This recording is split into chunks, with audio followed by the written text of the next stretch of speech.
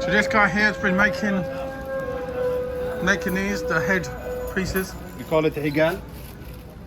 45 years he's been here doing it. Yeah. So this is all handmade. He's doing it right now.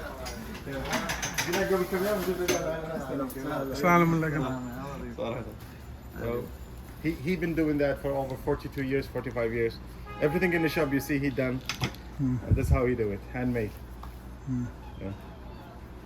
And in the back there he will continue to do the brasses. Right. So this machine to stretch the rope and build that black rope in the outside of it, right? And after that he will do that. And he will take it and manually he will stitch these two sides to close it up manually with the one in the middle.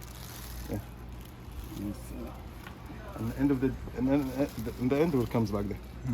So everything is manually. This two bar, what he do there in the back. He's done thousands over the years, right? Yes. Most of Saudi. Yes. Most of Saudi.